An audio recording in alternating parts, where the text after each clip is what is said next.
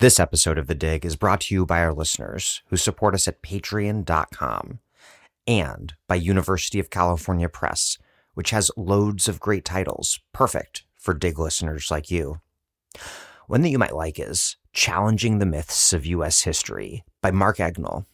The story of the United States is often told as one of steady progress toward a more perfect union, where ideals of liberty and freedom drove racial progress and explained the Revolution and Civil War. In 7 pithy and provocative essays, historian Mark Egnall disputes this narrative, arguing that it was wealthy individuals set on economic and territorial expansion that shaped the country's trajectory. Challenging the Myths of U.S. History urges readers to question long-held assumptions and to look at the American past from a very different perspective. Learn more at UCPress.edu.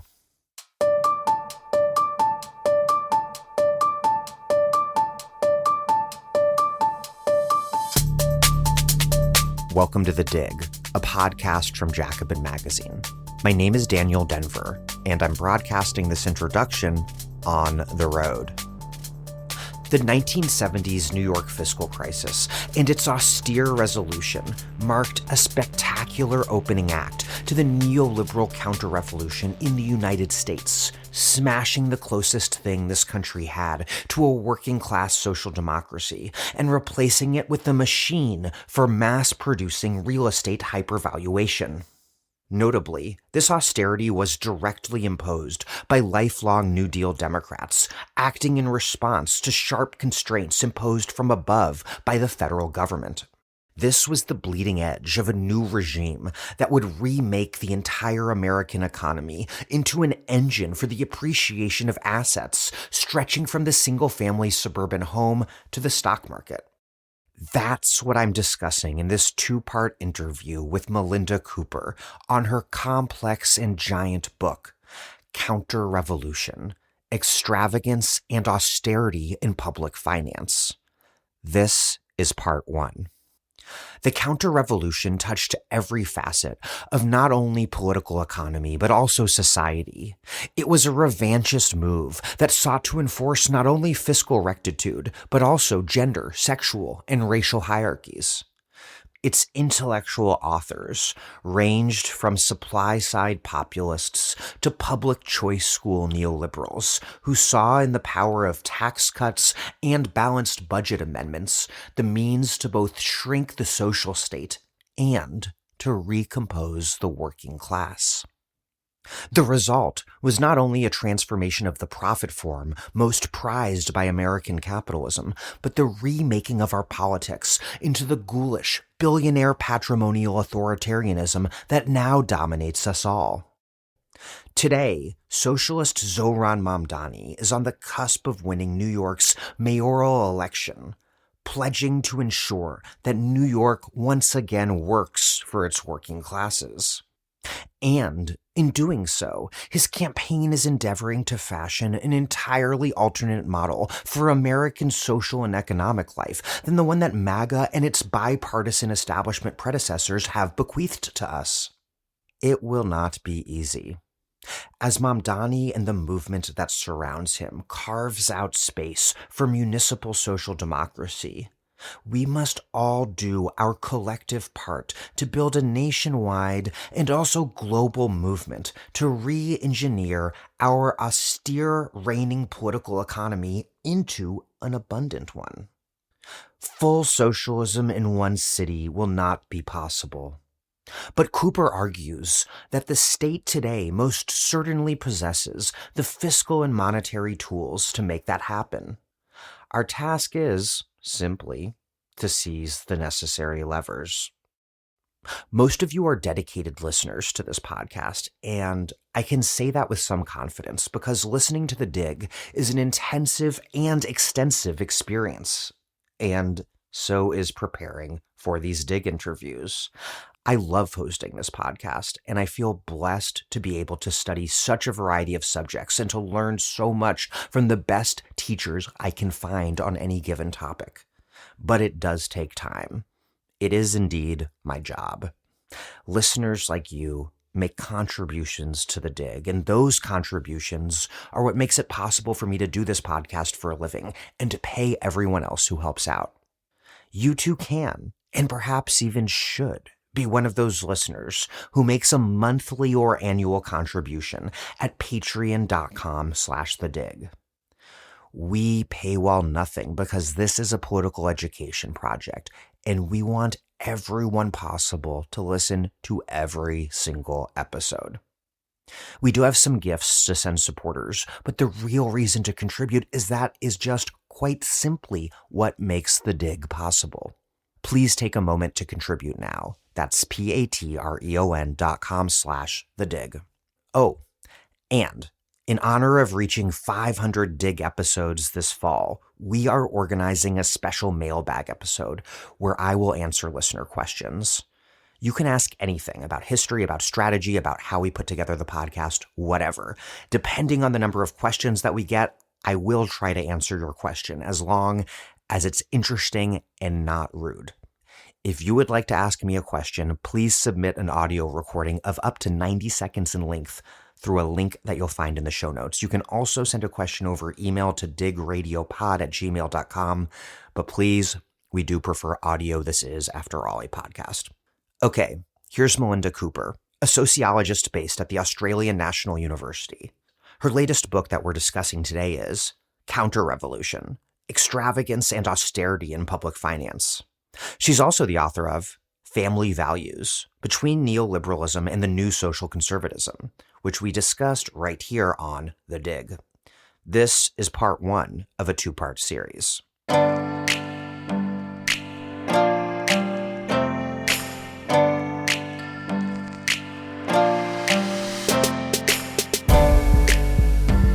Melinda Cooper, welcome back to The Dig.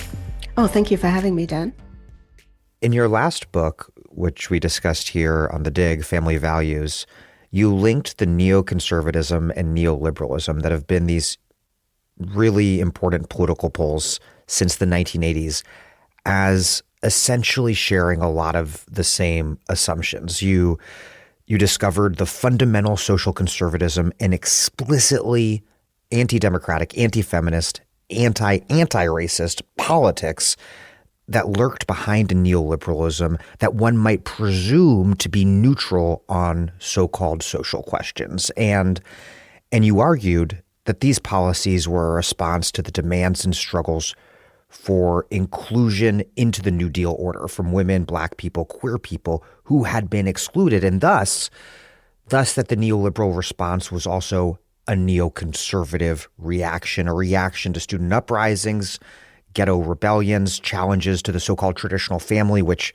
in reality, of course, was the Fordist family. In this new book, which we're discussing over these episodes, you argue that the last 50 years or so have been one long counter-revolution, and that the politics around things like austerity, inequality, financialization, monetary policy, that these are also social politics about race, class, gender, sexuality. Before we get into a lot of detail about your lengthy and complex book, explain what you're up to in general in all of your books. Why have you found it so important to unlock the counter-revolutionary social dimensions of contemporary economic politics? To begin with this book, very briefly, it's called Counter-Revolution because I think that neoliberalism can be seen as an effort to very meticulously undo and neutralize the gains that were made by the left in the 1960s and 70s. I also use the term counter-revolution because I do think the left was on some kind of revolutionary trajectory during that period, but a kind of revolution that we on the left haven't quite acknowledged or grappled with. We haven't incorporated it into our imaginary of what revolution might be. The book focuses on the fiscal and monetary dimensions of state power because that's where fundamental decisions about wealth creation and wealth distribution are being made. And again, I do think the left encroached on this power during the 1970s and in some sense managed to bend that power in its favor. So the book is a chronicle of that long attempt to neutralize the gains of the left through fiscal and monetary means. Hence, the whole interest of the right in these instruments that look quite neutral, instruments to block tax and spending powers of the state, instruments to implement balanced budget amendments to make the central bank independent of democratic voice. The fact that these economic decisions are also social, to me, goes without saying in this book anyway. So I'm not trying to make that argument in this book. I've made it already in Family Values. And yet, because for me it goes without saying, you'll find a lot about sexuality and race and gender in this book. So just to explain very briefly in the context of this book, to give an example of why I think it's relevant, if you think of the one of the foundational economic institutions of Fordism, of the Keynesian social consensus, that would be the Fordist family wage, the male breadwinner wage. And this is not only a means of excluding women and racial minorities from the standard employment contract or higher paying work or social benefits, it's also a way of making the Keynesian fiscal compact tolerable to capital. You know, this was a moment where there is consensus between capital and labor. So there's a certain amount, the state has a certain margin of maneuver to spend and to escape austerity. But there are also limits to that ability to spend. And those limits are constituted through sexuality, through gender, and through racial exclusions. So you can't disentangle the one from the other. And once you've understood that, it becomes very easy to understand why in the 1960s and 70s, when you suddenly see this upsurge in militancy of all kinds, not just worker militancy, but welfare militancy and legal militancy and street fighting and riots that come from Fordism's non-standard subjects, it becomes easy to see this is not only going to unsettle this institution of the Fordist family, it's also going to unsettle the very fiscal foundations of the Keynesian state. Let's set up this interview with one more big picture general question before we get into the deep substance of the book. But by first describing in a big picture sort of way what sort of capitalist order we Americans live under today.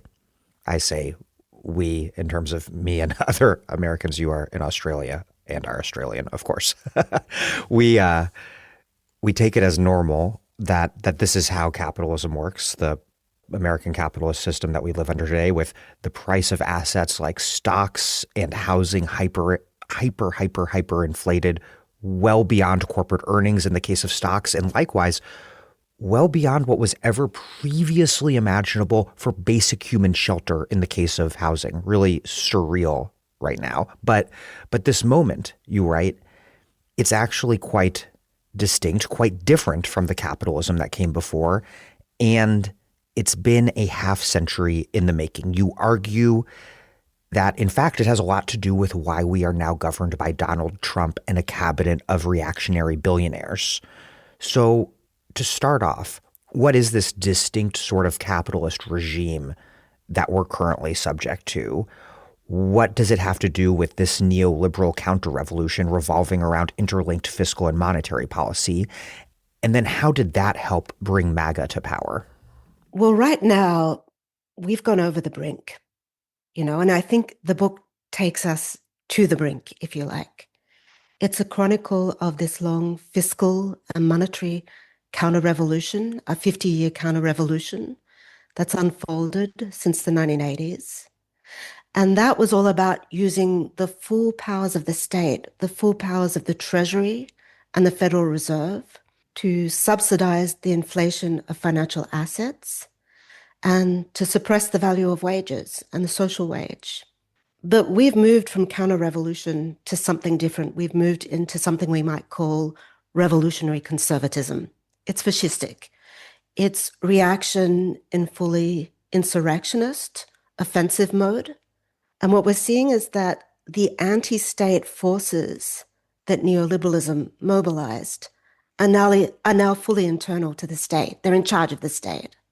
So nice is maybe not the nice word, but a good illustration of that shift is to say, well, in the 1970s, we saw a fiscal and monetary offensive against liberal states by the federal government in the case of New York City, for example, that can be seen as the opening gambit to the neoliberal counter-revolution. What we're seeing now are actual military offensives against liberal states. So the book takes us to the brink. It touches on this shift. I touch on this shift when I get to the changing nature of the corporation and corporate control and what that says about the elites that surround Trump. So the hyperinflation of stocks is part and parcel of shareholder value ideology, which you can think of as, in its academic form, it's agency theory. It's the neoliberal theory of the ideal form of the corporation. And for a long time, I think we could believe that the focus on the shareholder at least entailed a certain democratization of power, a democratization of asset ownership. So instead of the bureaucratic corporation under tight managerial control that characterized the Fordist era, you had a corporation subject, supposedly, to the judgment of the crowd, the mass of small shareholders that had stock in companies, either directly or indirectly, through their 401ks and their mutual funds and what have you. We've seen something very different emerge recently since the global financial crisis. First of all, you've seen an extraordinary intensification of wealth inequality thanks to QE. So we're on the same trajectory of asset inflation, but there's an acceleration. And as a consequence of that, we see some quite remarkable changes in corporate control. You're seeing many more firms that remain under the effective control of their founders or a group of founders. This is particularly in the Silicon Valley digital tech sector, the so-called unicorns, or corporations that look like they're widely owned by shareholders, classic neoliberal corporations, but which actually, when you look behind the veil, what you see is a whole array of unequal voting rights, which effectively assign control to a very small group of founders or insiders. And you're seeing people like Musk who are buying firms outright. So who are effectively taking these firms private. And these are not just any firms. They're the leading corporations of American capitalism. The result of these changes is an immense concentration of wealth and also of corporate control, because once you have these groups of founders, you can be sure that you have inheritable property. Maybe not directly, but the equivalent in asset form will be inheritable. Hence the proliferation of family offices. So effectively private, founder-owned or founder-controlled firms, which end up being much the same thing as family-controlled firms, are assuming the lead role in American capitalism. And this is a very dramatic shift, both from the Fordist model of the managerial corporation, as well as the neoliberal model of the mass shareholder-owned corporation. And I think the important thing to note is these are the people that constitute Trump's inner circle. These are the people who are working for him. These are the people who are advising him, who are donating to him. You won't find many corporate CEOs in Trump's inner circles. You won't find mutual fund managers. You won't find investment bankers, the old Goldman Sachs investment bankers. You won't find the representatives, the executives of multinational oil firms. Instead, you'll find these people who are the founders of private or closely held companies. You'll find the general partners of private equity firms or venture capital firms. You'll find independent oilmen or shale oil wildcatters, the Harold Hams and company who are not the Exxon executives. And at the margins, you'll find private militiamen. So in a way, there's a kind of parallel between the changes that are happening at the very top of the American economy and the changes in political form. All these people used to populate in some way or another, or were aligned in some way or another with the libertarian anti-government far right. Now they're running the government. So this is where we are after the brink. And I think my book takes us right up here, gives us a sense of the transition. And I guess what Americans are experiencing now is reality over the brink. This episode of The Dig, like many episodes of The Dig, is about neoliberalism. And so we should go back to the 1970s to describe the nature of the crisis that was facing the Keynesian welfare state capitalist order during what the late Judith Stein called the pivotal decade, when neoliberalism began to supplant the contradiction-ridden New Deal order. This can all look very inevitable in retrospect, but you write, quote, "This sense of inevitability has become so ingrained on both the left and right that it comes as a shock to realize that the neoliberal resolution to the capitalist crisis of the 1970s was by no means self-evident to those we now consider the victors.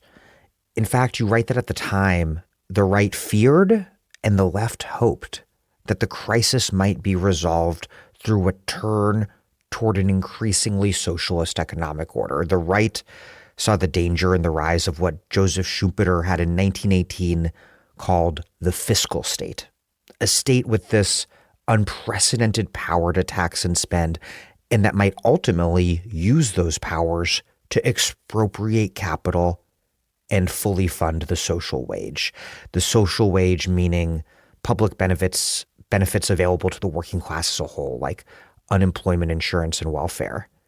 This was the same dynamic that Polish economist Mikhail Kalecki looked to optimistically. He looked at it optimistically from the left. From his perspective, in your words, quote, "Fiscal and monetary redistribution would tilt into fiscal and monetary revolution, a complete takeover of the state's powers to create money, issue debt, and redistribute wealth." What sort of crisis was the crisis of the 1970s? And what did this battle over the fiscal state that was foreseen by Schumpeter from the right and Kalecki from the left, what did that have to do with it all? The crisis of the 1970s was a systemic crisis of capitalism. So there were local crises, there were regional crises, there were sector-specific crises. There was a crisis of US hegemony. But beyond all that, there was a crisis of capitalism itself. And this came from the fact that the fundamental balance of power between labor and capital, wages and profits, was challenged during that period. It was a crisis created by the growing power of the global working class, not just the American working class, of course, but also by the various surplus populations of the Fordist and post-war developmental consensus. So to focus again on the US, which is my canvas in this book, for a brief moment in the late 1960s and early 1970s, you have workers pushing up wages faster than profits. The labor share of national income is growing, and industrialists are not able to recuperate their share or reassert their share. The value of financial assets is stagnant, then plummeting throughout the decade. If you look at the economic statistics, the kind of Piketty-like statistics, this is the most egalitarian decade of the 20th century. Despite the kind of Baroque rhetoric of crisis, it's a period where wealth and income inequality shrink dramatically. But what's perhaps most frightening to right-wing commentators during this period is the fact that workers seem to have become immune to mass unemployment and recession. So it's the fundamental disciplinary mechanisms of capitalism, the fear of scarcity, that isn't working anymore. And this can be explained by the fact that the social wage seems to be buffering workers from the ups and downs of the business cycle. Unemployed workers can survive on unemployment benefits. Striking workers, this is a great scandal, can get food stamps. But most benefit programs during this period have built-in cost of living adjustments. So you have the elderly, people on disability pensions, even welfare mothers are relatively buffered from inflation because their welfare benefits are being immediately, automatically topped up every year in line with inflation. So this is a terrible scandal for capitalists. It is the scandal of the period. And it connects really nicely back to the work of Schumpeter and Koletsky, which is why I find their work so endlessly fascinating, because they had foreseen this as a threat to capitalism in the very early days of the welfare state, when it was perhaps rather fantastical to imagine that this might be a possibility, that the fiscal state could become so generous that it's no longer working as a mechanism to discipline workers, as it was originally meant to function as, but might be serving as something that liberates workers from the fear and insecurity that is the basic disciplinary mechanism at the heart of capitalism. They're saying this from very early on. Watch out, watch out that things don't get too comfortable, or you might find that workers find better things to do than work. Koletsky was actually talking about the prosperity effect of full employment. So he has less to say about the welfare state and the social state than Schumpeter does. But the 1970s brings something worse, or something better, depending on your point of view. It brings mass unemployment in relative prosperity or in relative comfort. This is something even Koletsky hadn't foreseen. And this has to do with the fact that the struggles of the 1960s had brought a higher social wage and a more generous social wage and a less conditional social wage, not just growth in formal wages, but increasingly generous welfare and unemployment benefits too.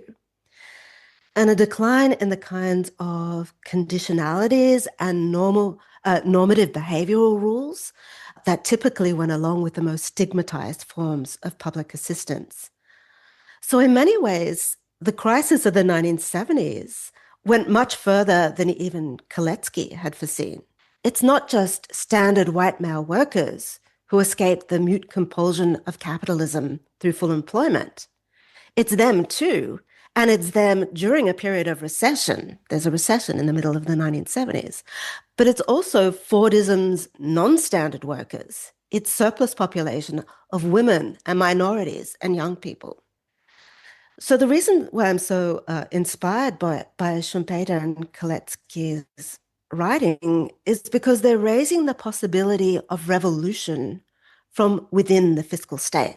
So they break right through the deadlock of reform versus revolution debates in Marxism, because they anticipate that struggles over the social wage, which are often written off as, the kind of typically reformist move of the Social Democrats, they anticipate that these struggles, just like struggles over the formal wage, might have revolutionary possibilities. And I believe this is what was happening in the 1970s. It was on both fronts. And that's why it's such an exciting moment to analyze retroactively, and why I feel we haven't learnt enough lessons from that moment. Of course, it's not replicable now. We're almost at polar opposites in terms of our conjuncture, but somehow I still think we have a lot to learn from that moment. I want to get into whether, in fact, the resolution of the crises of the 1970s on neoliberal terms was inevitable, in fact. As listeners likely know, the super high interest rate monetary policy that Fed Chair Paul Volcker imposed to beat inflation by crushing labor, the Volcker shock, it was key to deciding the crises of the 1970s in capital's favor. But the 1970s began with the end of a different monetary order entirely, that of the gold standard. And the point of the gold standard had always been to establish a hard and fast limit to fiscal policy, because if dollars are convertible into gold, you can only print as much money as you have gold to back it up, either that or you borrow. And so Nixon pulling the U.S. off the gold standard in 1971, it could have allowed for the federal government to attack the crises of the 1970s with a rather progressive, even radical solution, with massive fiscal stimulus financed by the monetization of debt. In layman's terms, by printing money.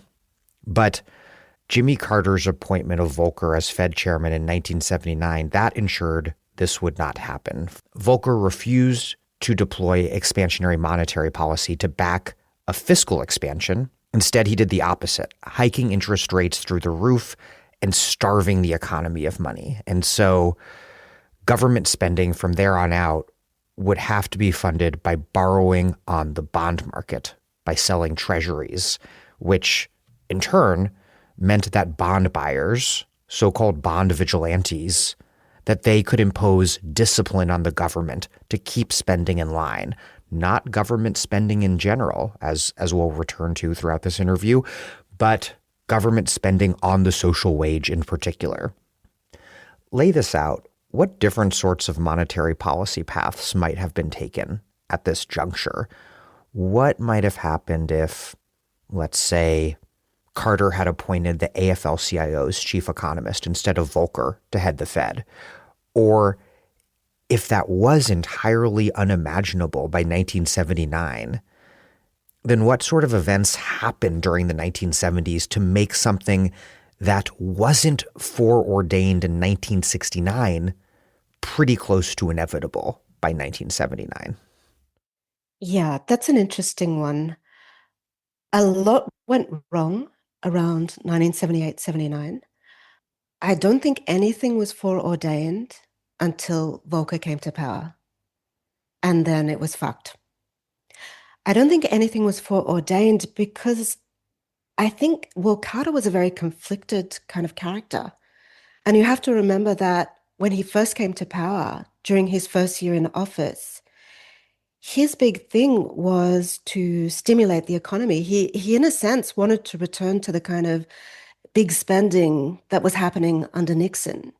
He wanted a full employment policy. And he wanted to suspend the kinds of competitive pressures that were coming from Germany and Japan. He thought that this was the way to implement a stimulus policy that would avoid the traps of the wage price spiral. So he still had hope. So he said to his trade partners, let's allow wages to rise and let our currencies depreciate together. Let's get back to something like full employment and high growth rates, but let's do it together so we don't have the gaping trade imbalances that you're starting to see between the US and its trade partners. In a sense, he's telling Japan and Germany that they're being too austere, and that's why their exports are so successful, and that's why the US in particular has these problems. But if we all join hands and pursue this kind of social democratic big spending policy, then we can temper some of these imbalances that we're seeing in the US economy, a worsening trade balance, the wage price spiral. Germany and Japan go halfway, but they're not so successful at stimulating growth in their economies. The big problem is really their financial class and their bankers, who are not all that keen on seeing their pretty sizable holdings of US Treasury debt depreciating any further. And that they think that any more any full employment policy in the US will inevitably lead to rising wages, wage inflation again, and they're just not willing to make any more sacrifices. They're more interested in defending the value of their treasury holdings than they are in seeing some kind of coordinated response to emerging trade imbalances. So this is where you start to see a coordinated exodus from the dollar, a genuine capital strike that could have spelled the end of US dollar hegemony.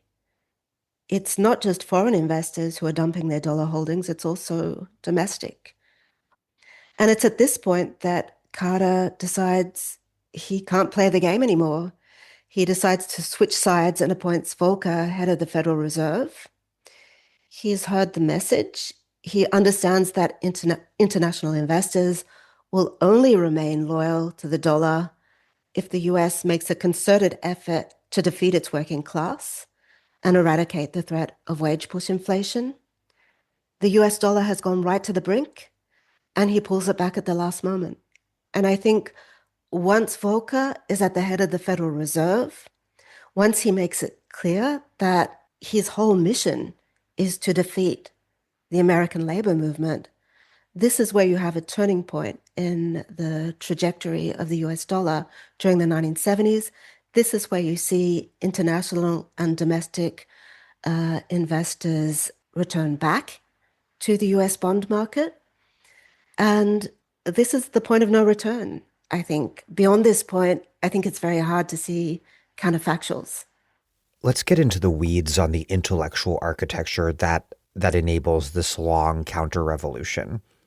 There are two key intellectual political groupings that play a key role in your story. First, first supply-side economics, and then second, public choice school neoliberalism. Let's start with supply-side economics, which I think people often think of as a weird fad from the Reagan years, instigated by economist Arthur Laffer, drawing out his infamous Laffer curve on a napkin, illustrating his argument that high taxes decrease state revenue. But in fact, you argue that supply-side economics was and remains one of the most consequential conservative economic movements of our time. And within it, there are two key groups of supply-siders that we need to introduce before we get deeper into the story. First, there are supply-side populists, figures like journalist Jude Wanniski, Congressman and later HUD Secretary Jack Kemp, and again, economist Arthur Laffer, who together saw a radical tax-cutting agenda as a method to remake American politics. And then there are their more sober-minded, supply-sided elite economist counterparts. People like Norman Ture, Michael Boskin, the president of the National Bureau of Economic Research, a top Reagan advisor named Martin Feldstein, and Nixon and Ford Treasury Secretary William Simon. This is a group who called for cuts to taxes and social spending in order to facilitate what they called capital formation. What are these two respective projects, supply-side populism and supply-side economics, and how did they differ? And then how did they come together and end up decisively remaking Republican economic policy? Well, in one way, the popular understanding of the supply side is correct. They're the tax cut people, and they're all tax cut people, the populists and the elitists. I think what often gets lost in our historical memory of the supply siders is the particular focus of their interest in tax cuts. They were obsessed with capital gains, and they were obsessed with using the tax code to restore the value of capital gains. What they mean by capital gains is the growth in the market value of financial assets of any kind. They believe that the crisis of the 1970s is fundamentally a crisis of investment and production. So it's a crisis from the supply side, not the demand side. They call this a crisis of capital formation. And they think that the best way for Americans to revive capital formation is to introduce all kinds of tax incentives to capital gains. Chief among them, the capital gains tax preference, but there are various other quite intricate ways of incentivizing capital gains. Now, obviously, this is an elitist agenda in the old Republican style. And one part of the supply side coalition, the people who are associated with the Wall Street Journal and who are quite popularly known, people like Arthur Laffer and Jude Wanniski, they're worried that this will fail as an electoral strategy. I think these people are strategists above all, more than economists. So they set about dressing up this supply side tax cut agenda in a more populist vein. The first thing they call for, they think this is contextually necessary because they want to break the New Deal coalition with Labor. So the first thing they call for is across the board income tax cuts which they sell to blue-collar workers as an alternative to Democrat social spending and Carter's full employment policy. Later on, toward the end of the decade, they turn the capital gains preference into a populist rallying cry by associating it with the family home and with small business. What they end up developing, with the help of Congressman Jack Kemp, is an early version of third way asset-based welfare. Basically, the idea that workers are better served by rising asset values in housing or 401ks or what have you. They're better served than they are by rising wages. So I think the supply siders have cast a much longer shadow than we typically tend to recognize, and that in many ways they preempt the work of the third way neoliberals, people like Clinton. You write, quote, "With the help of an ever-vigilant Federal Reserve, always ready to pounce on the slightest sign of wage and consumer price inflation, the supply-siders who populated the Reagan administration helped usher in a new organization of economic life in which asset price appreciation through debt leverage came to replace growth in the national product as the catalyst of wealth creation. Although this is sometimes adduced as evidence of a long slowdown, a thesis advanced most famously by Robert Brenner, it would be better understood as a shift in the operational logic of capitalism, rendering growth rates and industrial profits a weak measure of dominant economic trends." So we often think of what happened during the 1980s during this period as financialization, which refers to the increasing dominance of financial markets over industries like manufacturing, and also the increasingly financial logic governing non-financial industries like manufacturing. So in terms of the relative weight of finance vis-a-vis something like manufacturing, but also industrial corporations themselves operating according to financialized logics. But you write that the decade, in fact, marked something deeper, a switch in capitalism from, quote, "a regime of accumulation organized around production and measurable in terms of growth," to a regime of asset price appreciation, pivoting around capital gains. How did supply-siders and the Federal Reserve converge to create this new regime during the Reagan years? And how did that fundamentally transform the organization of American capitalism? Well, on the one hand, you have supply-siders who very successfully pursue their agenda. First, under Carter, they make a first cut to the capital gains tax, and a second time under Reagan, and they introduce a whole arsenal of other kinds of incentives to capital gains. At the same time, you have the Federal Reserve under Volcker that's pursuing this relentless anti-inflation policy. And these two things converge to make the US an extremely attractive destination for financial asset holders. So international investors had been fleeing the dollar in mid-1978. By the end of 1979, they're becoming interested again under Reagan, and after his first year tax cuts, international investors are pouring back into US financial markets. So all this means that there are all kinds of new incentives for investing in corporate shares or property or venture capital. And the Federal Reserve has basically strangled the manufacturing and the farming and the construction sectors in an effort to wring inflation out of the economy.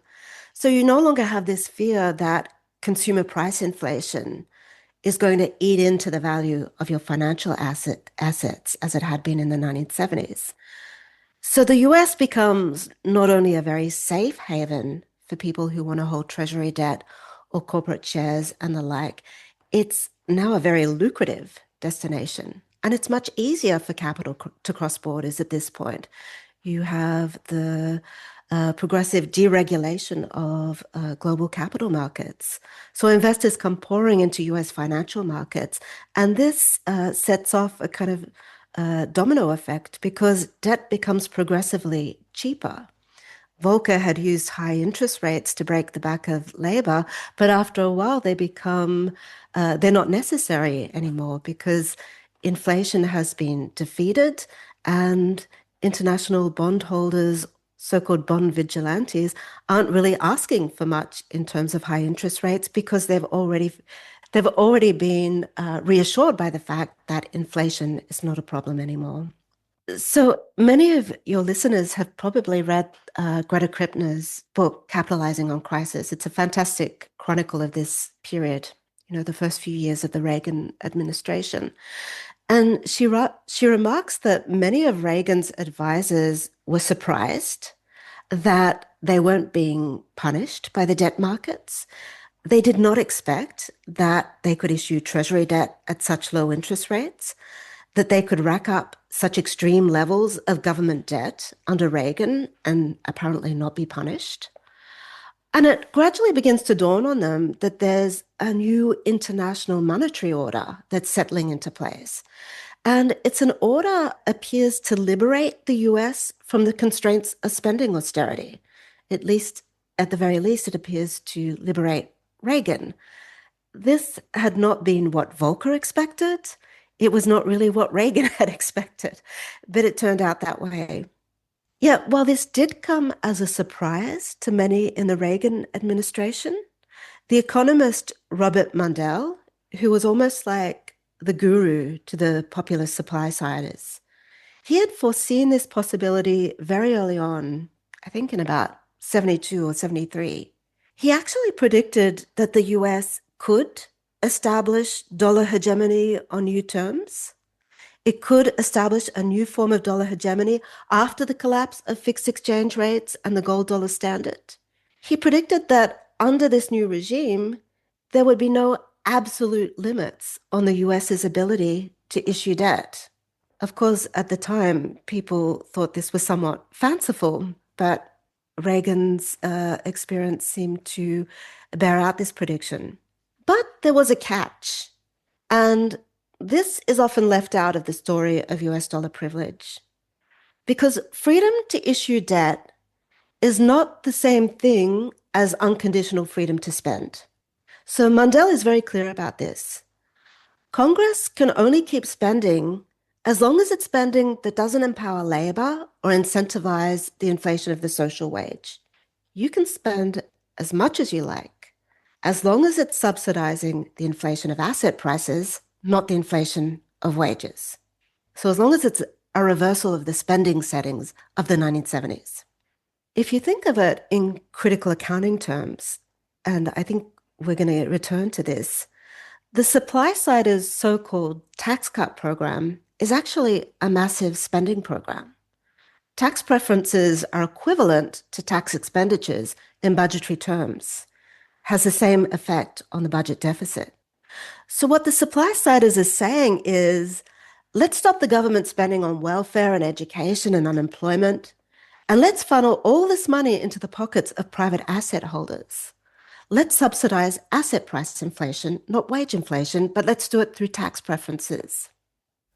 I want to briefly zoom out and ask a question about how this reorganization of American capitalism is related to a larger reorganization of the world capitalist system. Because we've been discussing how in the US there's this process of financialization underway, whereby, amongst other things, finance is a much bigger driver of capitalist wealth creation than industrial production.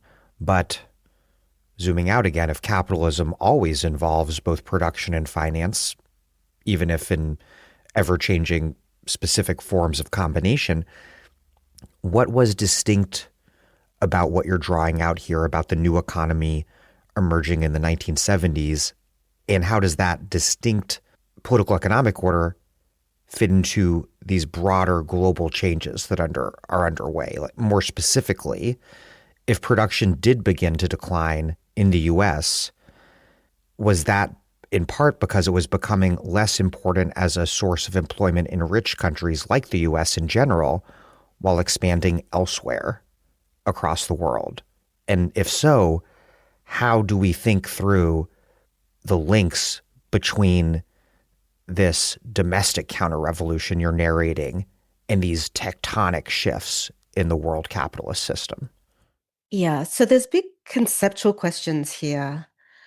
And I think we make a fundamental conceptual error when we think of production as a kind of stable thing or process, and finance as a kind of inherent quality or species of money. I mean, to the extent that a corporation is shareholder owned, the corporation has always been financialized. The Fortis Corporation was financial. So you need to add nuance when you use words like financialization. It's not just a question of more finance and less production. It's a question of the different ways that production and finance are coordinated and organized. So you can look at any one production process, and it can be subject to different economies of investment, different ways of extracting profit, different hierarchies of profit. People can be making different kinds of profit at different levels. And this can evolve over historical time. So the key question is, what is the dominant mode of investment here? And what is the dominant profit form? So if you look at the way manufacturing was organized for much of the post-war era, the kinds of profit you could make from holding shares was relatively subdued compared to the kinds of profits you could make from the sale of mass-produced commodities. Another way of saying this is that profits primarily took the form of retained earnings on the sale of commodities, rather than capital gains or interest on shares being dividends.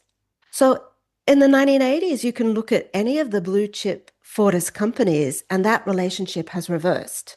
They're the same companies, it's the same production process, and yet you observe that the kinds of profit they're making from the sale of commodities has declined relative to the kinds of profit that they're making from holding or selling shares. That is, capital gains on shares or returns on shares, dividends, are where the action is. And there's all kinds of institutional and regulatory reasons for this. A lot of it has to do with Reagan's tax cuts, but also with changes to laws around institutional investment. I won't go into this whole background. So there's a review of my book in Jacobin that takes me to task for ignoring profits. Capital gains are actually a profit form, and the whole book is about capital gains. So make of that what you will, but the upshot is it's actually important to know what the dominant profit form is. It's something Marxists should be interested in, I think, because it has important consequences for how we think of labor strategy. So for me, it's not simply a question of the production process, by which I assume you mean the manufacturing process, disappearing or becoming less important in scale. We do see a mass relocation of US manufacturing beginning in the 1970s. We are now seeing deindustrialization on a world scale, including in China since about 2012 or 13. But factories haven't disappeared, even from the US. So the real question for me is how profits are being made from one and the same production process. What's the hierarchy of profit forms here, and what does it mean for labor and the working class? The ways in which corporations invest and make profit dictate different kinds of labor strategy, different kinds of resistance. Let's zoom back in from the world capitalist system to the American city around which so much of that system has long revolved, New York. Trump's 2017 tax cuts, very interestingly, were designed by supply-side luminaries with roots way back in the Reagan administration, and that's no accident. Reagan's Economic Recovery Tax Act of 1981 was a huge boon to commercial real estate, and specifically to New York developers like Donald Trump. You write, quote, "By accident rather than design, New York City turned out to be the supply-siders' first urban laboratory. All the more important because its agents were not card-carrying supply-siders, but pragmatic, sometimes historically liberal public officials. And And this Reagan tax cut, of course, it came in the wake of the mid-1970s New York City fiscal crisis and Ford Treasury Secretary and, again, supply-sider William Simon's brutal response to it. How did this infamous imposition of austerity under Ford and then the Reagan Revolution, how did that remake New York and also other cities' economies into these giant honeypots for private investment and development? In New York's case, a new neoliberal urban system erected upon the ruins of this country's one-time great urban social democracy. And how then did that create a new paradigm under which the municipal bond market imposes massive constraints on what democratic government might achieve at the city level anywhere in the United States? Right. So William Simon is a supply sider, a kind of capital formation supply sider. But his response to the New York City fiscal crisis is pretty much classic fiscal austerity. He prescribes social spending cuts, an increase in consumption taxes on things like bus fares and libraries and university tuition. So he's not really the person who prescribes a supply side solution for New York City. And this in itself is interesting because you find that these card carrying social democrats, people who certainly weren't ideological supply siders, somehow leech this solution from the air or come up with this solution by force of circumstance because they find that their options have been so circumscribed by the cutting off of federal funding to the city. Like the mayor, Abraham Beame, who was certainly not an ideologically committed neoliberal, far from it. Right. So they're all forced into this place where the only solutions they can find end up looking like textbook supply side solutions. Because they're in this austerity straitjacket imposed by the federal government, they can't increase direct social spending in any way, but they know they need to spend somehow. They need to revive the city at some point. The only way they can spend, the only way they can elude these immediate spending constraints, the only way anyone could, is to use the tax code.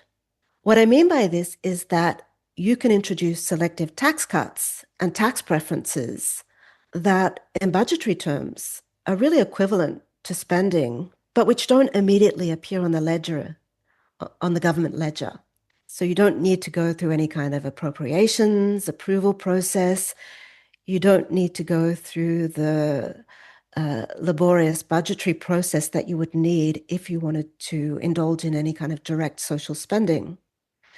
And because the city has lost so much of its manufacturing tax base, they too arrive at this idea that, well, it's really private investment that we're lacking. And what we really need to revive is private investment.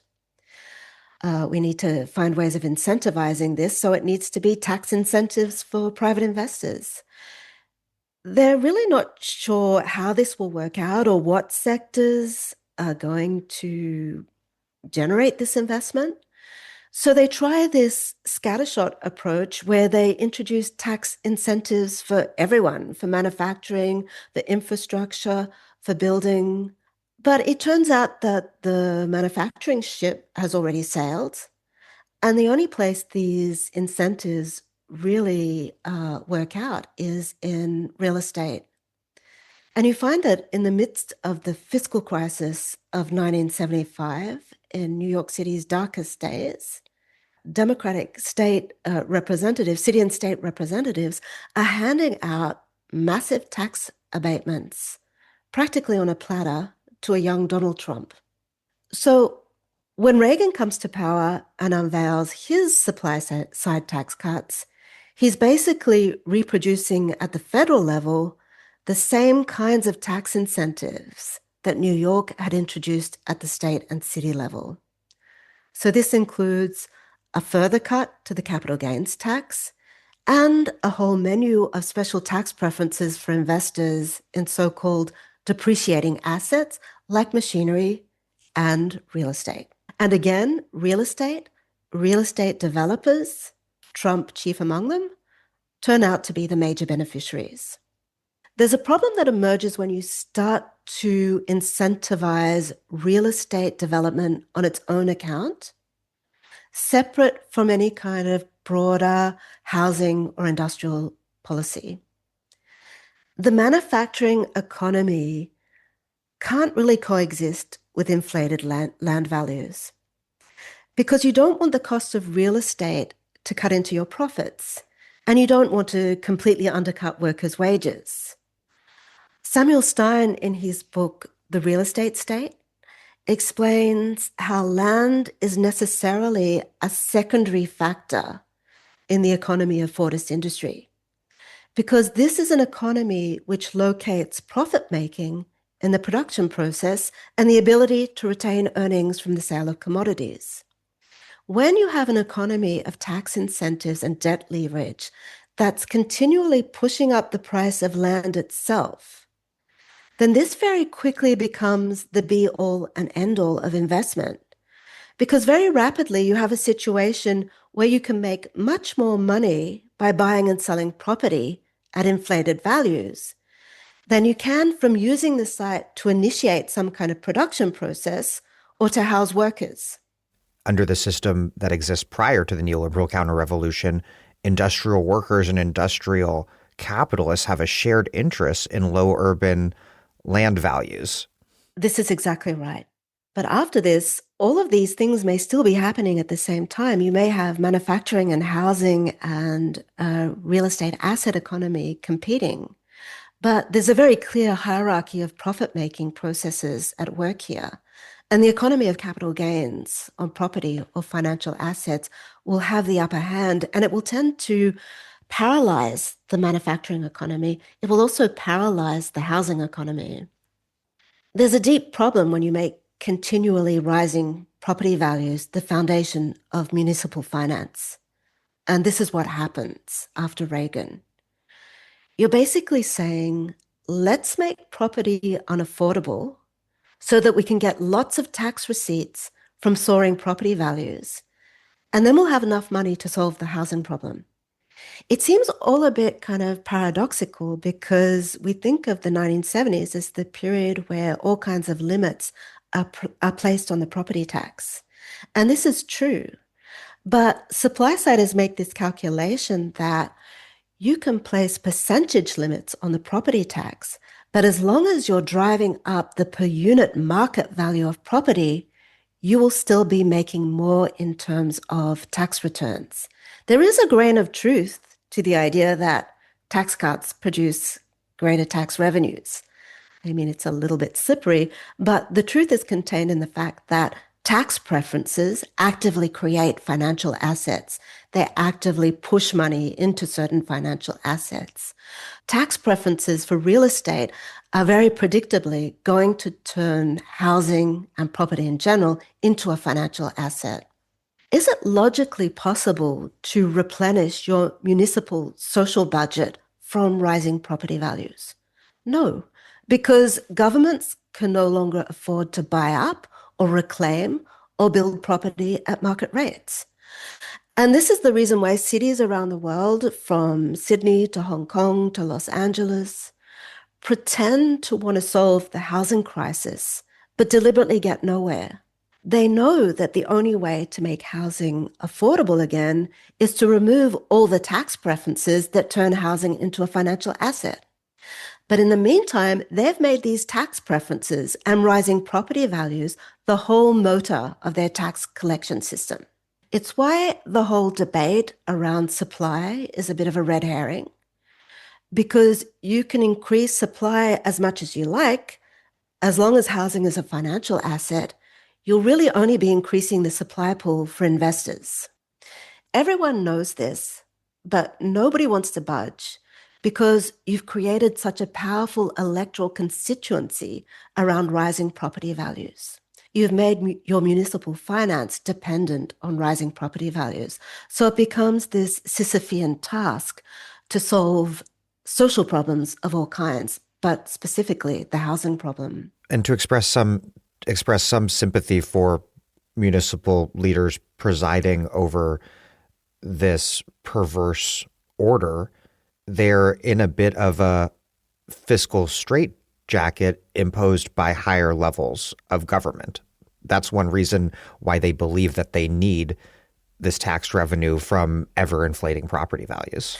Absolutely. Urban austerity has been artificially created by the federal government. So they have limited opportunities. They can't create their own money with the same facility as the Federal Reserve. So they're between a rock and a hard place. And it so happens that property has become one way out. And if you don't have an alternative, if you don't have any other escape from austerity, it's very hard to push cities in this direction.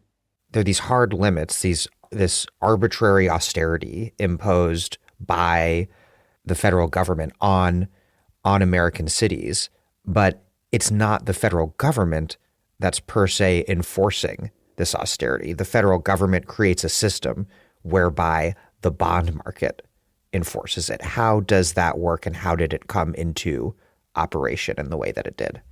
Yeah, so in terms of municipal debt, the funny thing about all the limits on spending and taxation that are introduced in the 1970s is that they don't actually stop cities from going into debt. So actually, they have to take on more debt to get around their immediate budgetary constraints. But you find that the kinds of debt they're taking on, and often the only kinds of debt that they're legally allowed to issue, are quite regressive in their impact. So there's a shift to so-called revenue bonds, where an investment in public infrastructure needs to be paid back by so-called users in the form of direct fees for service. So that can be entry fees and parking fees and the like. And as public finance economists will tell you, user fees are actually a covert consumption tax. They're inherently regressive because they aren't calibrated around ability to pay. The poorest of the poor will pay the same flat rate price to access city services as the wealthiest of residents. And you have other hybrid financing mechanisms, such as tax increment finance, where the city is borrowing on behalf of property developers, and it's counting again on rising property values to pay back the loan.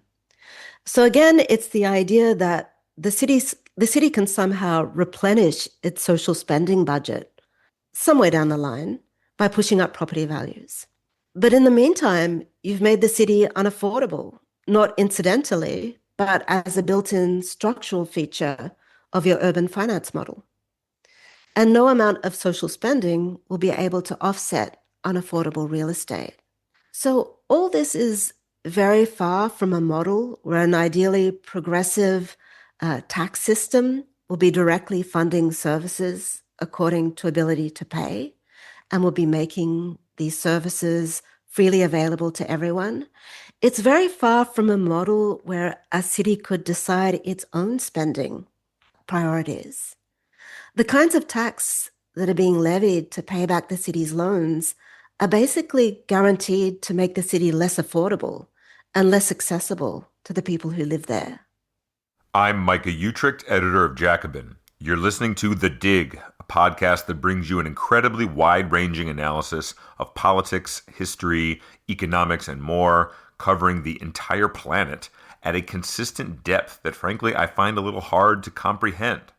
I'm not sure exactly how Dan does it, but I'm pretty sure it's connected to you supporting the podcast at patreon.com/thedig. This episode of The Dig is brought to you by our listeners who support us at patreon.com and by Haymarket Books, which has loads of great left-wing titles, perfect for Dig listeners like you. One that you might like is Trouble at Coal Creek by Austin Sauerbry. This gripping and beautifully illustrated graphic novel tells the story of the 1891 Coal Creek War, one of the most significant yet overlooked labor and abolitionist uprisings in the history of the United States.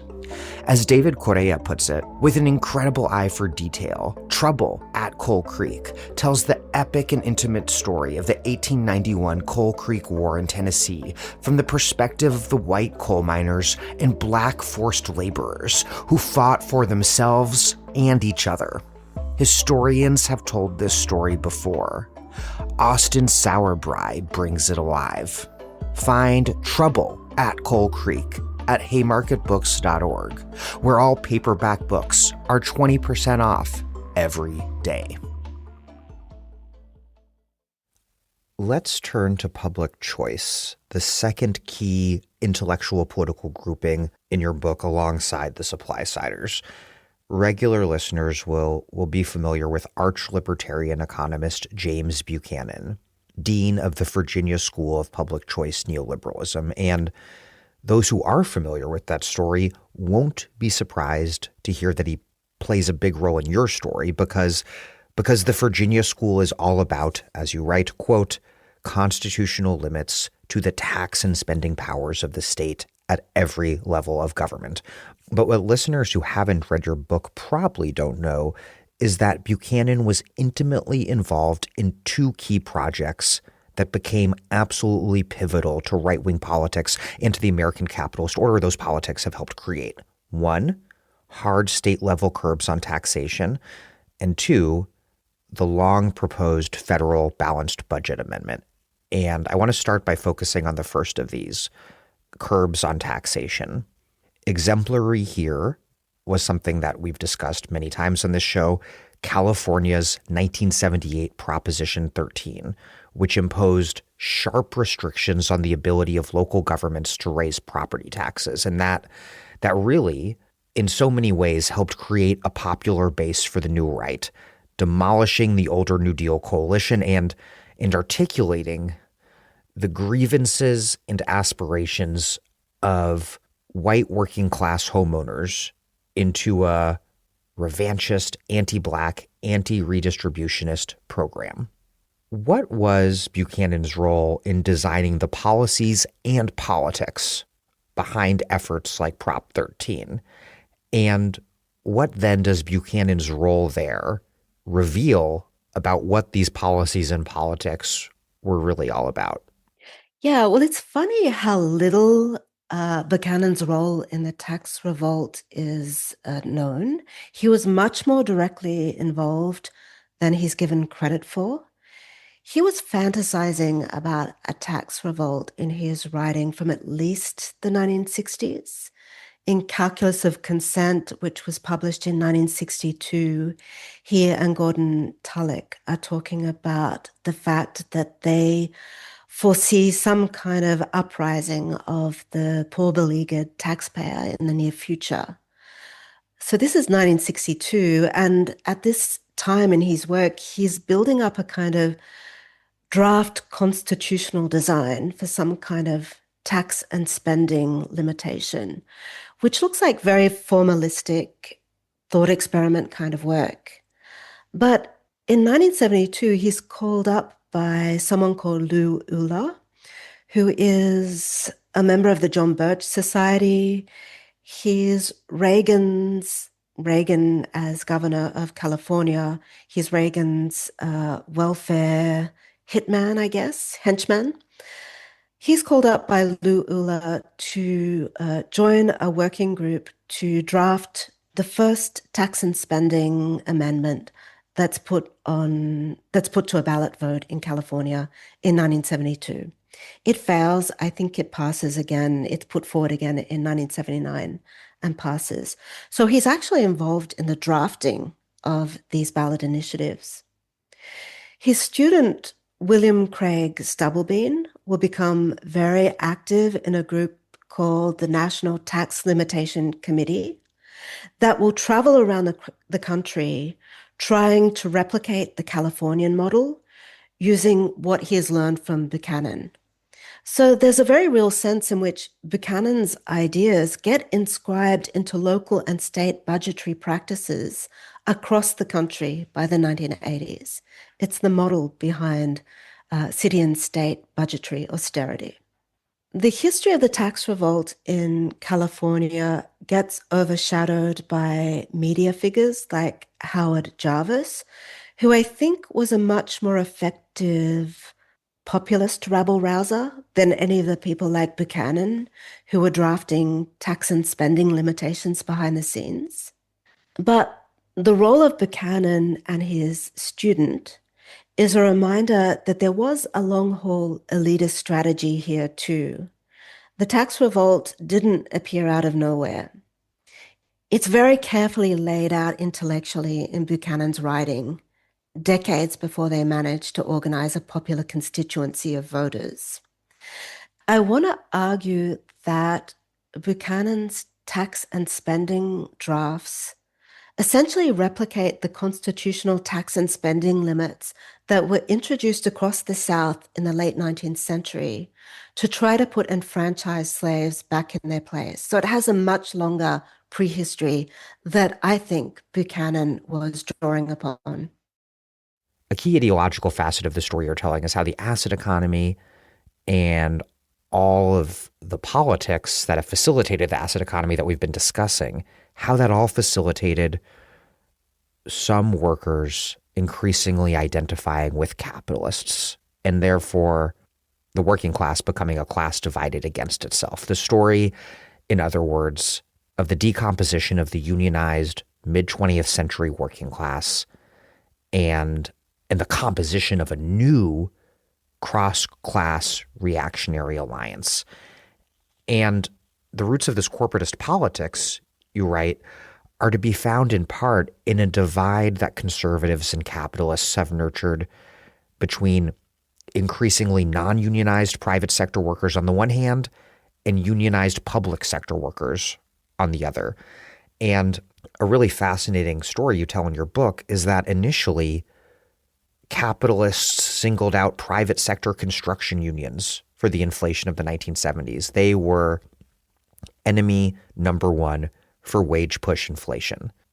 It was these workers that had been winning ever larger wage gains, and organized capitalists blamed that on the whole economic crisis of the decade. But then, very interestingly, organized capital switched tack, demonizing public sector workers and recruiting private sector workers to their side. You write, quote, "For a brief moment in the 1970s, it seemed that the pathways of public sector and private sector unions were aligning. Relative newcomers to the picket line, public employees were just beginning to win rights that had long been taken for granted in the organized private sector, while the more countercultural elements within the private sector union movement were breaking away from the political control of the AFL-CIO and making overtures to the new left.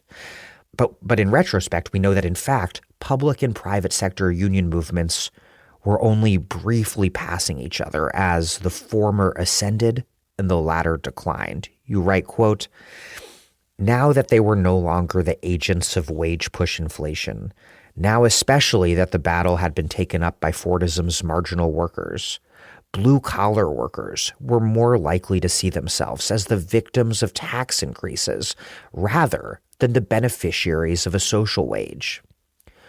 What did that brief moment of private and public sector union convergence look like? What sort of possibilities did it point to? And then how were those two segments of the working class increasingly set against one another, in part by, as you write, quote, "exploiting the divided class consciousness of the blue-collar man," all amid the politics of the late 1970s tax revolt? Well, there are some ways in which private and public sector unionized workers overlap. For a start, you have blue-collar public sector workers like garbage collectors and postal workers and maintenance workers and the like. And these are very prominent in the militancy that you see at the beginning of the decade. So if you recall, it's the postal workers who kick off the massive strike wave of 1970.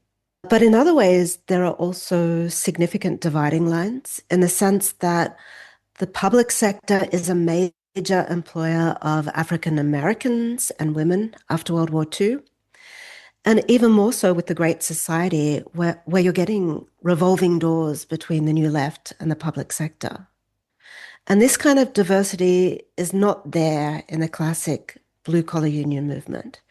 It's certainly not there in the building trades, where you see very active resistance to the entry of Black workers.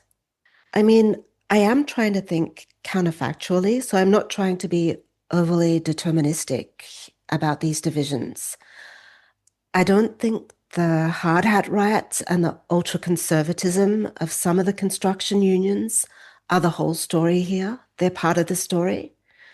Because you also see parts of the industrial working class that, to the great dismay of conservative commentators, are rebelling against union hierarchy. They're displaying all the indiscipline of the student movement. Like in Lordstown, for example, famously. Exactly. And at the margins, you're seeing overtures between the student movement and the industrial unions. So I don't think this division was in any way fated.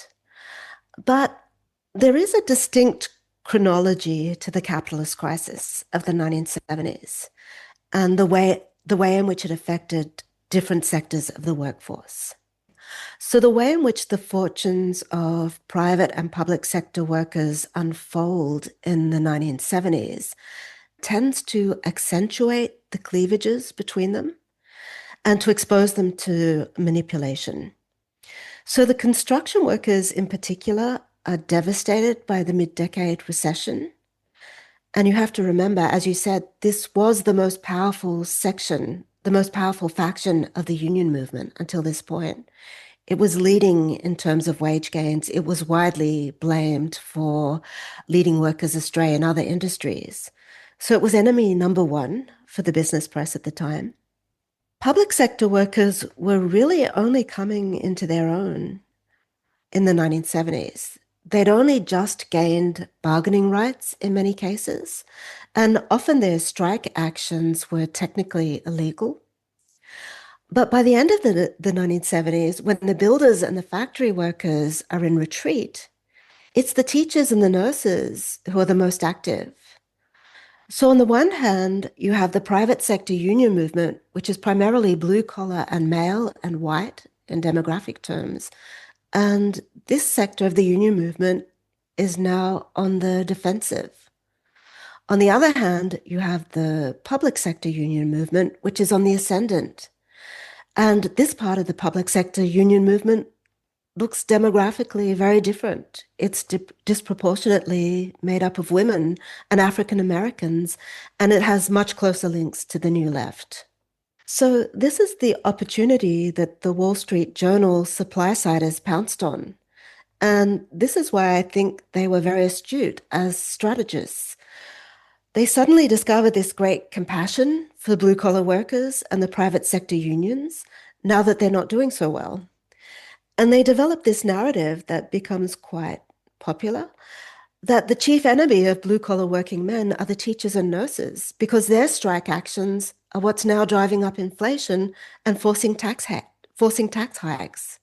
So they're trying to expound this argument that it's another faction of workers. It's women and African Americans who are the primary enemy. It's not the bosses. The California tax revolt of 1978 is really a case study for these dynamics that you're talking about, because it framed public sector workers like teachers as mooching off private sector workers, a divide that was extraordinarily gendered and raced at multiple levels. And I want to read from you at some length here. You write, quote, "The local property tax was both the major source of funding for schools and the bane of suburban homeowners. Any effort to reduce it was thus bound to sharpen the dividing line between female teachers and blue-collar heads of household. Much more was at stake in the property tax revolt than the immediate conflict between private and public sector wages. In the course of the 1960s and 1970s, the public school had become a lightning rod for suburban anxieties around the scope of public sector redistribution and the role of property taxes in funding it. In short order, the racial integration of schools, the introduction of bilingual Spanish and English classes, and explicit sex education had all sparked intense controversy over the jurisdictional boundaries between the family home and the public school. The fact that local schools were funded in large part via a tax on the family home heightened the sense of injustice felt by some parents, many of whom were outraged that their family wealth should be diverted to pay for services they saw as trespassing on closely guarded property lines. I'm reading from various passages here. School teachers were cast as tax-funded usurpers of the rights of parents and agents of the liberal elite.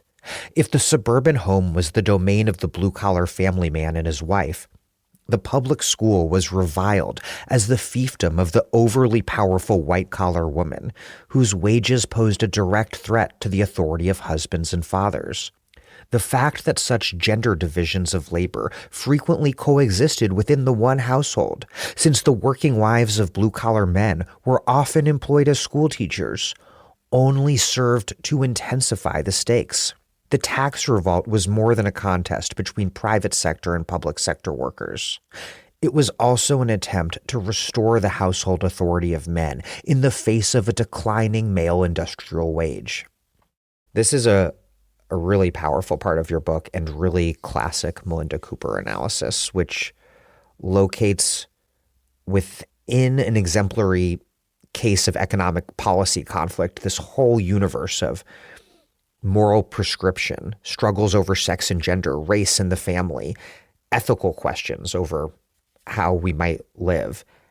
How did these multiple levels of contradiction, stretching from the economic shifts against blue-collar workers and the expansion of New Deal protections to Black poor people, to the cultural politics around race and gender in the home and in the school, how did that all explosively intersect throughout this period? And what does that in turn tell us about the need to move beyond narrowly economistic readings in order to understand how class and race has been composed and recomposed over the course of the past half century or so of U.S. history?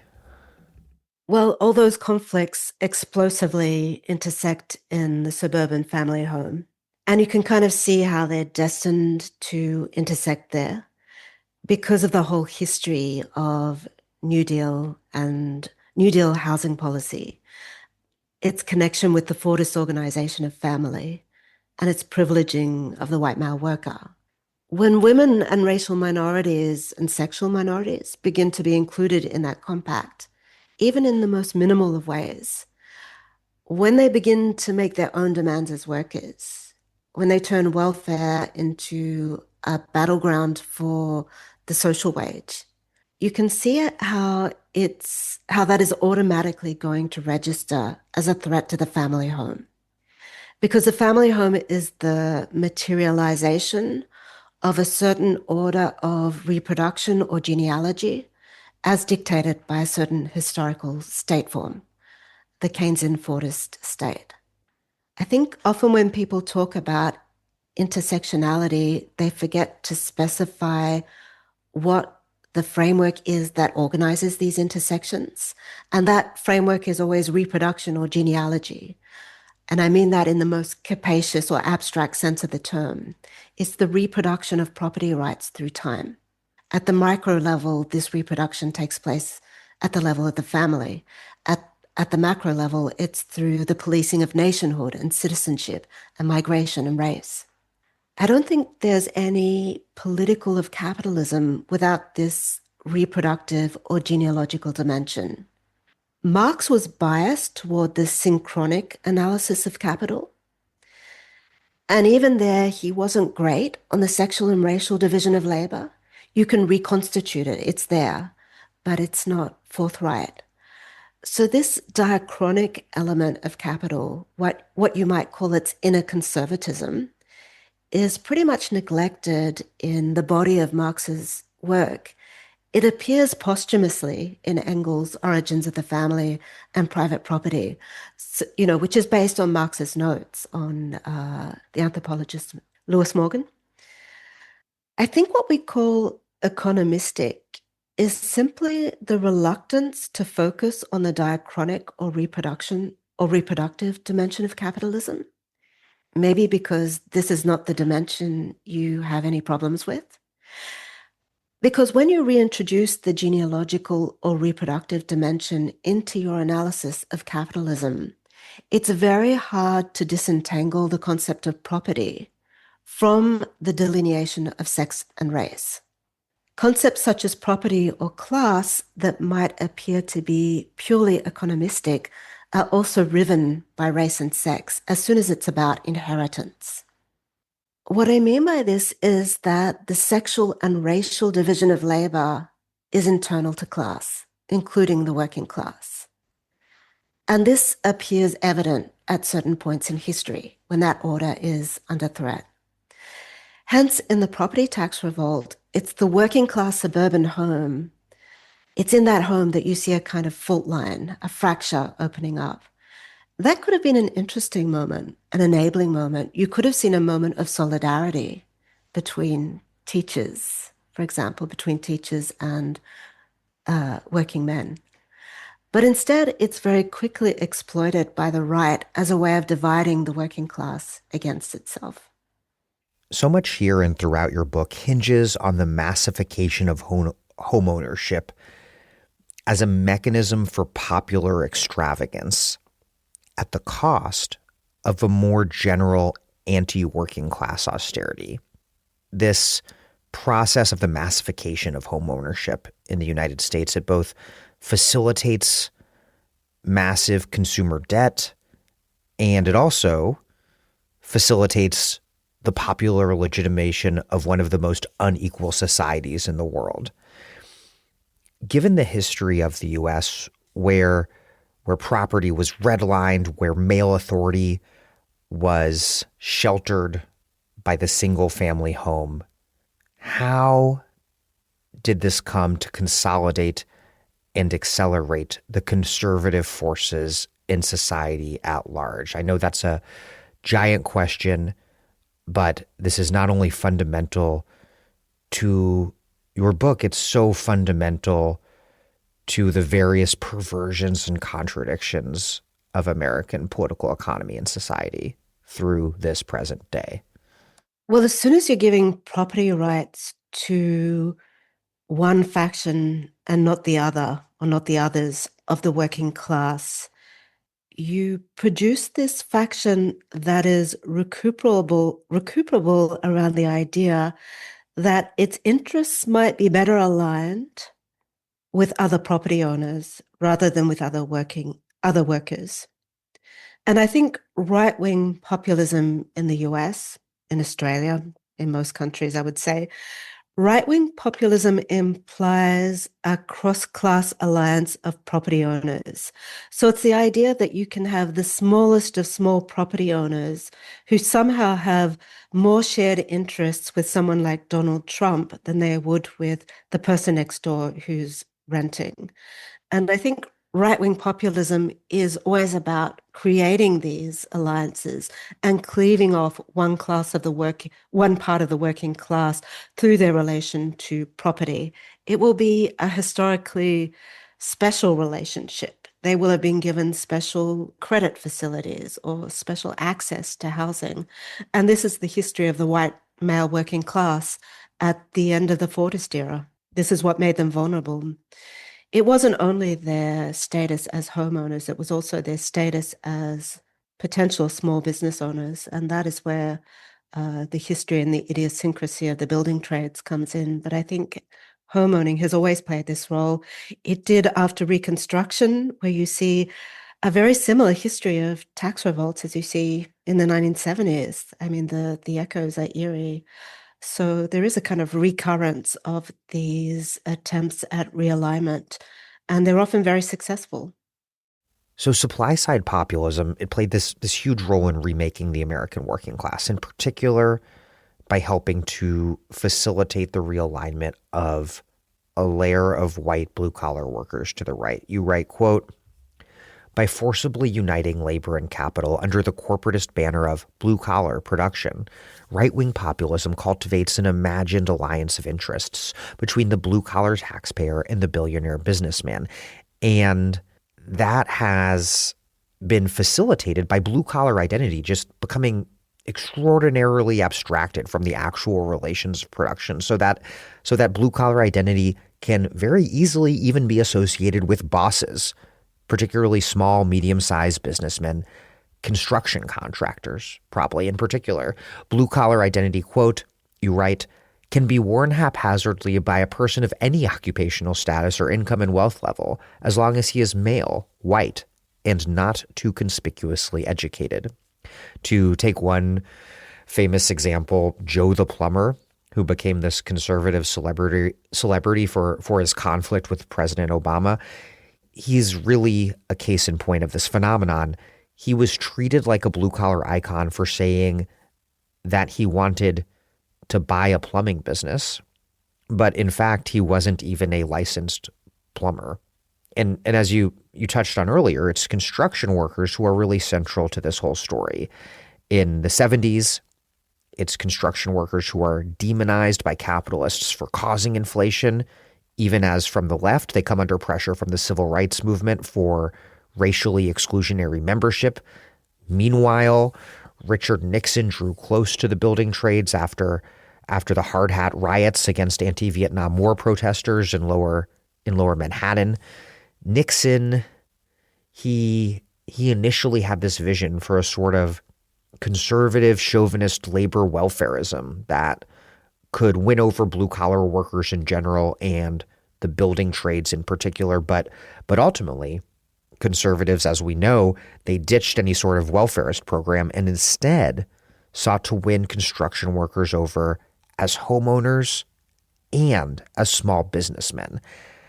How did hard hat wearing construction workers become the face of the blue-collar working class more generally, even as the very right-wing politics they were increasingly signing up for were smashing union density and power in the construction industry?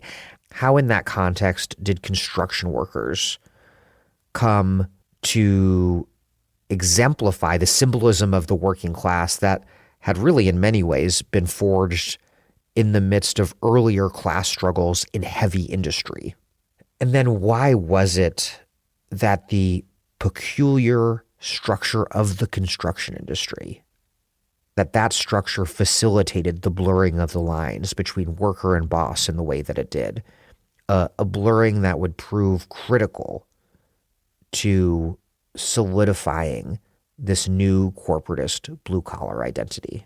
Yeah, so if you go back to the 1970s, there's a reason why the populist supply-siders target the building trades so intensively, why they think they're so vulnerable to manipulation, to cleaving apart from the rest of the working class. A lot of building trade contractors who are unionized and work for most of the week or most of the year on big government or commercial construction sites, they actually have this dual identity. So they're unionized workers on the one hand, but in the off season, they're residential sole traders. They build and remodel houses. And they can do that when there's a recession. It's a famously boom-bust kind of industry. So there's this really interesting historical idiosyncrasy to the building trades. They're the most militant sector of the union movement, but they're also small business owners in the off-season or on the weekend or during business cycle slumps. And it's actually not so surprising if you think of it that they do become the most powerful sector of the working class in the 1960s, because this ability to withdraw their labor and to operate as small business owners means that they have a bargaining power that industrial workers don't have. So you have this popular business press. It's not the Wall Street Journal, of course. It's magazines like Nation's Business that's run by a supply-sider at the time during the 1970s. And Nation's Business very deliberately targets sole traders and independent truckers and the like. And it's conveying the message that blue-collar independents are being crushed by inflation and taxes and the regulatory state. And who are the agents of all this? It's the public sector workers. It's the striking teachers and the zealous bureaucrats who defend them. So the message that this popular business press is conveying to blue-collar trade contractors is that you're really business owners, not workers. You may be working as unionized workers half the year, but you actually have more in common with business owners at all different levels of the economic chain. And you've got more to gain by aligning with other independent business owners, with real estate developers, even the wealthiest of them, than you do with women workers and African American workers. Because these people are agents of the state, and the state is your enemy. If you listen to Ronald Reagan's radio addresses from around this time, he's very expertly spinning this narrative. He's talking to blue-collar working men in particular, to construction workers, to loggers, but he's addressing them as small business owners rather than members of a broader working class. He's almost subliminally trying to tell them, you are, as sole traders, you are business owners in the making. You should renounce all solidarity with other members of the working class. So I think this is the source of the confusion that now pervades our understanding of class. The first thing to say now is that the kind of confusion that someone like Joe the plumber displays, where he seems to be very deluded about his own employment status, is really quite symptomatic of a broader delusion about class that pervades the media and academic research also. Joe the plumber actually worked for Chrysler Corporation at one point, and all workers at Chrysler had to pay dues to the United Auto Workers. So he could actually present himself as the kind of typical unionized working man. He hasn't even completed his plumbing apprenticeship. He's not a licensed plumber. So he's someone who's fantasizing he's a small businessman. He's championing the tax interests of the small business owner while he could be defending unions. And at the same time that Joe the plumber, who was actually a unionized worker at one point, is cosplaying the small business owner, you have tea partiers who are real estate agents or mortgage brokers or residential builders and sole traders who regularly describe themselves as working class because they're active in the blue-collar sector and don't have college educations. You find this in all the serious ethnographic work around the Tea Party. If you look at the book by Theda Skocpol or Ali Hochschild's work, Strangers in Their Own Land, these people think of themselves and describe themselves as working class. They're actually small business owners. They're small business owners, they're property owners, they're not necessarily extremely wealthy, but they're certainly not poor. Yet they're convinced they're working class. This confusion around class categories isn't just a popular delusion. It's a very widespread phenomenon that you find in media commentary, in academic analysis of Trump's voters.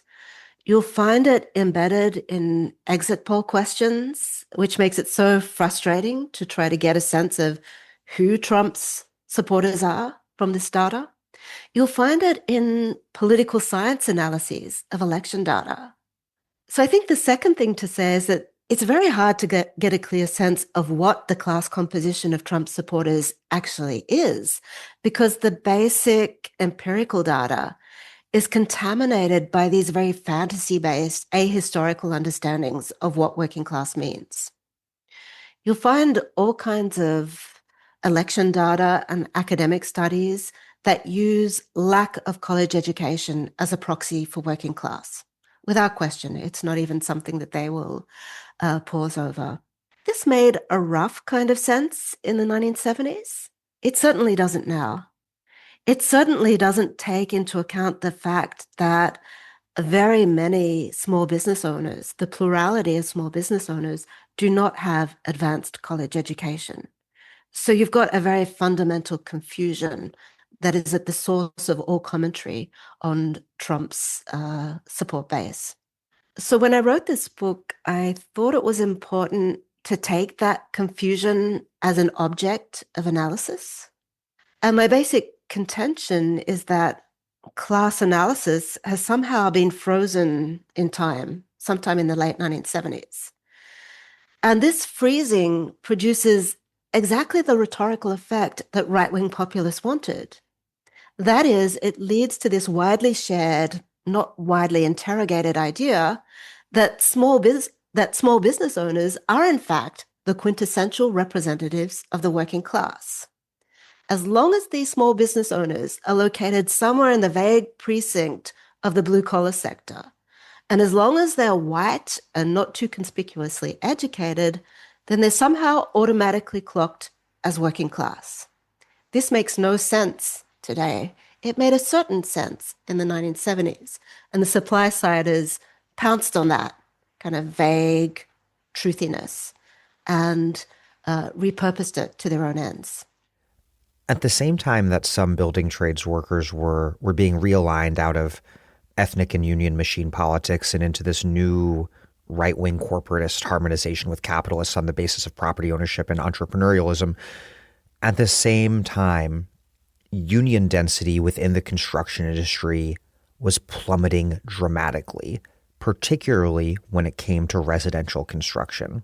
What happened to building trades union density over the second half of the 20th century? And how was it that this intensified capitalist immiseration and union busting coincided with some of these very same workers being realigned to the right in support of the very same intensified capitalist reaction that was deunionizing their industry? And then where does that leave the sector today? We have building trades unions that occupy the right wing of the labor movement, even though at the official level, this is still mostly, if sort of barely and ambivalently, still within the bounds of the Democratic Party coalition, and many members no doubt still vote Trump. We have that picture of we have that situation with the building trades unions and their leadership. We have the painters union, whose president Jimmy Williams has been an outspoken defender of immigrant rights and a sharp critic of the genocide in Gaza. And then again, we have the sole traders, particularly in the deunionized residential sector, who I would guess, I don't think we have polling data to back this up, but who I would guess and know somewhat anecdotally are majority participating in the MAGA project. Yeah, so I think with the building trades, the defeat starts very early. You have the recession of 1975, and then you have the Volcker recession. So you have these long periods of time where the literal building sites of union power, the big government building sites and the commercial sites, they're in retreat, they're shut down.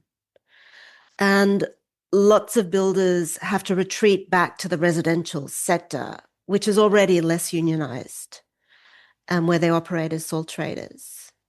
So I think even as early as the 1980s, unless you're lucky enough to still have one of those unionized jobs on the big construction sites, which are getting scarcer, it makes sense that you would embrace your status as a small business owner and look for social mobility there. There's really not much of a choice otherwise. Or you quit the industry altogether. The term independent contractor or sole trader hides a multitude of sins because it can refer to someone who's an actual small business owner. You have to look at these things on a case-by-case basis. Is this person licensed? Do they own the tools of their trade? Do they employ others? So there are the actual small business owners, the legitimate small business owners. And then there are also a whole mass of other people who are classified as independent contractors, but are really misclassified workers and workers who have very little rights because they're independent contractors and don't have the same kind of benefits that you would get as a standard employee. So that class division within the ranks of sole traders, That's very deliberately obscured by right-wing populist discourse. Their whole method is to say the difference between the small and the big is not important. It's your status that counts. So that class division is obscured by right-wing populist discourse, which sees everyone as a would-be small business person. It's all aspirational. But in the residential construction sector, this class division is increasingly racialized because most of the cheap labor from the 1990s onwards is coming from south of the border. It's very often undocumented. The extent of the defeat of the construction unions becomes very apparent at the height of the building boom, the housing boom of the 2000s, where house prices are inflating at a tremendous rate. Residential construction companies and remodelers are making a huge amount of money, as are this kind of satellite zone of mortgage brokers and real estate agents and the like that constitute the class base of the Tea Party movement. The only people who aren't making any gains from this are the actual builder laborers, who are often the migrants. So I think it's, to avoid being over-deterministic in our analysis or our appraisal of the labor prospects of the industry as a whole, you need to be very careful about seeing class division where right-wing populism would try to paper it over. I don't know all too much about the painters' union, but these kinds of divisions between different sectors of the building trades unions are very familiar to me from Australia, because you do have conservative construction unions here. They're the ones that have survived the Accord, but one of the most militant, most far-left unions in Australian labour history was the builders' labourers. So I don't think there's anything fatalistic about the politics of construction workers per se. Melinda Cooper is a sociologist based at the Australian National University. Her latest book, which we're discussing in these 2 episodes, is Counterrevolution, Extravagance and Austerity in Public Finance. She's also the author of Family Values, Between Neoliberalism and the New Social Conservatism, which we discussed right here on The Dig. This was part 1 of a 2-part series. Thank you for listening to The Dig from Jacobin Magazine. As Marx once said, after noting that value is here the subject of a process in which, while constantly assuming the form in turn of money and commodities, it changes its own magnitude, throws off surplus value from itself, considered as original value, and thus valorizes itself independently. For the movement in the course of which it adds surplus value is its own movement. Its valorization is therefore self-valorization. By virtue of being value, it has acquired the occult ability to add value to itself. It brings forth living offspring, or at least lays golden eggs. While other podcasts have only interpreted the world in various ways, our point is to change it. We're posting new episodes most weeks. The Dig was produced by Alex Lewis. Our associate producer is Jackson Roach. Music by Jeffrey Brodsky, whose guest room I'm recording this in. Our operations manager is Sylvia Atwood. Our senior advisors are Thea Riofrancos and Ben Mabey. Big congrats to Thea on her book release, Extraction. You'll be hearing more about it soon on The Dig. Check out our vast archives and newsletters at thedigradio.com. Follow us on Twitter and also now Instagram and Blue Sky at The Dig Radio. And do find us wherever you get podcasts and subscribe to this one. If it's on iTunes or Spotify, also rate and review us enthusiastically, positively, glowingly. Those reviews help introduce us to new listeners. But what really does that is you just telling people to check out the podcast. People you know, IRL, online, wherever. I like the pod. You might like the pod. This is why. Please make propaganda for us. And do find us at patreon.com and make a monthly or annual contribution to help keep this operation up and running strong. Even a few bucks is huge.